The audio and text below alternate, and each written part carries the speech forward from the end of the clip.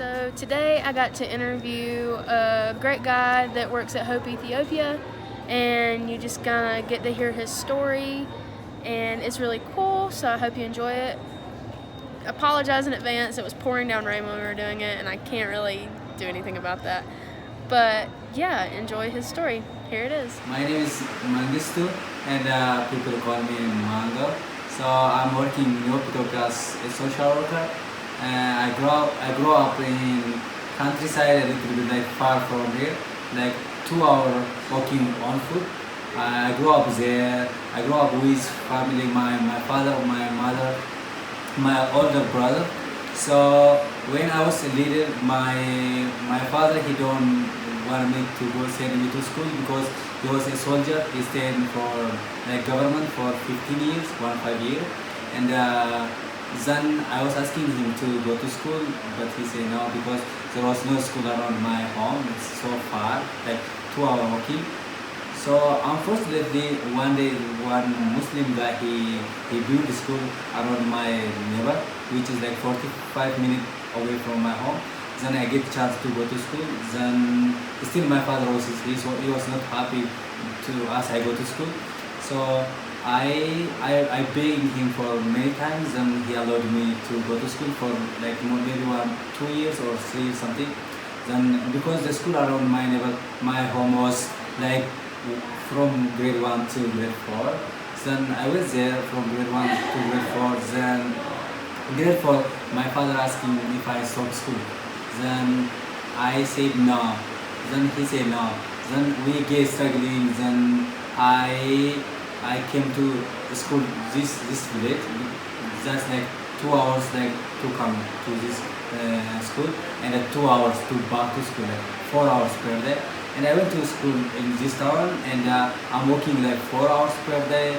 And my father he was not happy to me to go to school. He didn't like pay me anything like school stuff, like my clothes and everything. Then I was like working like 4 hours, and when I was grade 6, like almost like last grade 6, almost grade 7, one of my friends he told me about Jesus, and I become like Christian. Like my family was like Christian Orthodox. I came to Jesus. I become Protestant, and I was praying and praying, and many people pray for me and pray over me. And as I came to church, like as I came to Jesus, and in my church, some people like speaking in tongue, like two people speaking in tongue. I was asking what's going on in this church, like what is that? Then my pastor told me that if I pray, ask God, give me speaking in tongue. Then I prayed it. After like 4 months, I started to speak in tongue. Then when I was like working 4 hours per day, like come to school like 2 hours and back to home 2 hours, 4 hours per day without shoes, like without shoes, because no one buy me shoes and anything. Then Holy Spirit was like talking to me. I was speaking in tongue on the way to my home and back to here like midday, very sunny day, very hot. It was very trouble, but Holy Spirit was with me. Like I was like Holy Spirit talked to me. I was speaking in tongue, walking here. I didn't feel anything. Then one day I was like asking God, how can I afford to go to school? How can I afford like without shoes, like without clothes? How can I afford it? Then one day I'm walking on the road. Then I hear the sound of bee. There wasn't a bee around of me, but I'm hearing. And after 5 minutes, Holy Spirit like told me that I have to buy beehive, and he wanna send me bee colony. This Friday night, I back to home, and I find beehive. I can't find it, but one of my uncle, he has very old hive. It's like broken. It's broken and very old. And I'm going to ask. I asked him. He gave me like very old hive, and I took that hive and I covered by plastic, and I put under my father house room, like on the roof. And it was because I grew up in the mud hut, and I have put on the roof.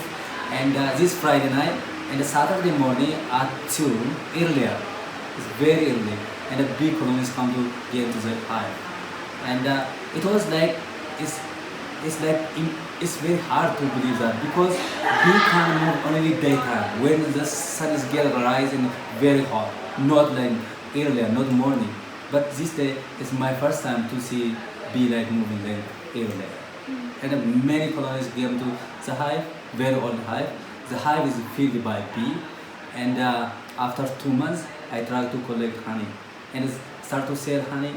And buy chicken, I start to sell like egg and honey. I'm start to buy my school material and everything, and Holy Spirit taking care of me, and no problem, no more problem. Still, I'm working like 4 hours. And when I was grade 10, one of my pastors come to me. He talked to me if I come to church and if I stay in the church to like watching out in the church to like open church compound, living in the compound. They wanna give me one class. Then I say yes. I get in the class. Then I start to live for like 2 years something from grade like 10 like 1 year grade 10 because I write exam in grade 10. Then I have to go next village to grade 11 and 12 like 27 kilometers from this village. If I go to 27 kilometers, maybe I need more extra money, extra fund. So I can't afford for that too because it's very far and I need another fund because my bee and my chicken maybe they can't afford it for me because 27 kilometers away from here. I have to pay for house rent, living there. Then still I'm asking God if how can I survive for that? How can I afford for that? And still the sound I was hearing like keep going. All the time Holy Spirit told me that keep going, keep going. I was praying in grade 10, I write exam. I was waiting for exam until my exam is coming because it's national exam. Then after like 1 month, like I hear the announcement. The announcement was in my school. The announcement was some people come from United States, America. They want to talk to student. The student who have like above 90 mark in their school. Then at that time I had like 91. Then I get chance to participate on meeting. The people that came from America was Dr. Raf, the founder of Ethiopia, his wife Glenda, and Kadi, his daughter, and like 7 people together. They came to my school. We had a meeting for 3 days, and the third day they asking me if we all students helping the voluntarily to paint like clinic, the community clinic. All the students they don't want to like participate on the helping the painting. I was the only one to volunteer with them to paint the clinic. I paint clinic and we were talking together, and the fourth day they came to my church, like Sunday. I was in church. After we finished church program, Ralph's wife, Glenda, she said Holy Spirit spoke to her as she going to talk to me. And she came to talk to me. She asked me about my life a little bit. After that, she want to talk to me another time. And she back to Canada without talking to me. And Ralph was here for another extra 1 week. After she back home, she emailed to Ralph. I don't know if she called. I don't know. She told him as she going to talk to me, and she forget back to Canada. Then Ralph came to the church. He don't know me. It's dead. It's not. There was no church program. He knocked church compound. I was in the church. I was reading Bible, and he came to the compound. He came to me. He said, "Do you know Mengistu?"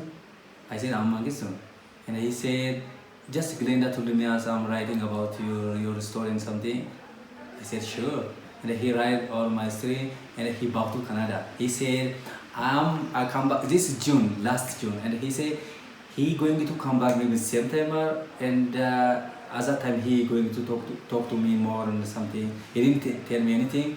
Then he back to Canada, and the exam came. I write exam, and to go to grade 11 and 12, I have to go 27 kilometers. I went there. Ralph was here. I didn't meet him. He didn't meet me. And I was in Tulubolo. He was here, and I was like in trouble in Tulubolo because still I'm selling honey and the chicken. Still I didn't get enough money to buy different material for myself. Still I was praying, and again Holy Spirit told me that keep going. And one day the school was closed for 2 weeks. Also, they announced as all students back to their family to help the farmers to harvest the crop. And I came from Tulubolo to Harbuchulule. I was on the road. I was walking on the road. Ralph was driving on the road. He just driving in the past around me, and he parked car and back to me he came. He said, "Are you Mengistu?" I said, "Yes." And he said, "I'm paying for you for like 2 months and 3 months. Where have you been?"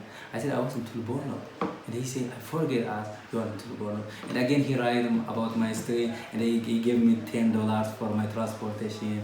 And he said, he said, I prayed and Glenda prayed, they wanna pay me for house rent. And they start to pay me 250 per month. And I went to Tulubolo, then I continued my school for grade 11, 12, and grade 12.